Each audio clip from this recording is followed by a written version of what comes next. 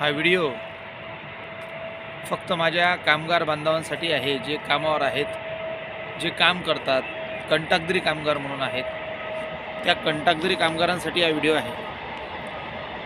कंत्राटदारी कामगारांनो, माझ्या भावांनो, एक गोष्ट लक्षात ठेवा की ज्या कॉन्ट्रॅक्टरकडे तुम्ही काम करता त्या कॉन्ट्रॅक्टर तुमच्या कामाचा मोबदला तुम्हाला देतो. नाही की तुम्ही चांगले दिसता, तुम्ही त्याच्या पुढं करता, तुम्ही त्याचे गुण गाता म्हणून तो तुमच्या कामाचा मोबदला तुम्हाला देत नाही. तुमच्या कामाचा मोबदलाच तो तुम्हाला देतो.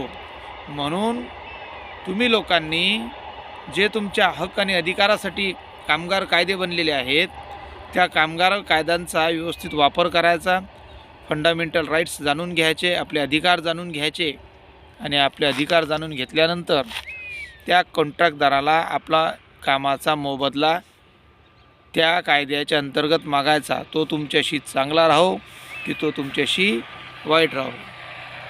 पण काय आहे, हे जे कंत्राटदार असतात हे एका गोचिड्यासारखे असतात, जे माणसाच्या अंगावर चिपकतात आणि त्यांचं रक्ताचं शोषण करत असतात. म्हणून लक्षात ठेवा, तुम्ही कामगारांच्या हितासाठी कामगारांनी एक मिळून आपला अधिकार जाणून घ्या. अधिकार जाण्यासाठी पुस्तकं वाचा. तुम्हाला तुमचे अधिकार कोणी घरात आणून देणार नाही. त्याच्यासाठी तुम्हाला लढावं लागेल, झगडा लावेल, रस्त्यावर यावं लागेल. त्यावेळेस तुम्हाला तुमचे हक्क अधिकार भेटणार आहेत. भीक मागल्यातनं भीक लोक देत नाही, हात जोडल्यानं भीक लोक देत नाही. तुम्हाला हात जोडल्यानं अधिकार देतील असं तुम्हाला वाटते? मला नाही वाटत. हात जोडल्यानं माणसाला भीक कोणी देत नाही. त्याच्यासाठी तुम्हाला काहीतरी कृती दाखवून लागते. म्हणून रडल्याशिवाय आईसुद्धा दूध पाजत नाही. म्हणून आपण रडलं नाही पाहिजेत. आपण पुस्तकाचं वाचन करून आणि कायदा नीट समजून कायद्याच्या अंतर्गत कायद्याच्या आतमध्ये राहून आपलं काम केलं पाहिजेत आणि त्याचनुसार त्या कंत्राटदाराला आपला मेहनतीचा पैसा आपण मागितलं पाहिजे असं मला वाटते.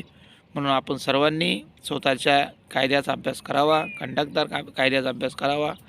आपल्याला नसेल जमत तर युनियन जॉईन करावी. ज्या युनियनचे लीडर निर्बळ असतील अशा युनियन जॉईन कराव्या, एवढंच सांगतो. आणि भविष्यामध्ये असं कधी होऊ नये. पण तुम्हाला जर कशानं काय झालं तर युनियनवाले तुमच्यासाठी लढतात. ते चांगले लोक असतात, ते लोक निर्बळ लोक असतात. त्यांच्या पाठीशी खंबीरपणे तुम्ही उभे राहा आणि तुम्ही बी शिकण्याचा प्रयत्न करा. हाच व्हिडिओ तुमच्यासाठी आहे. भेटूया नेक्स्ट व्हिडिओमध्ये. धन्यवाद.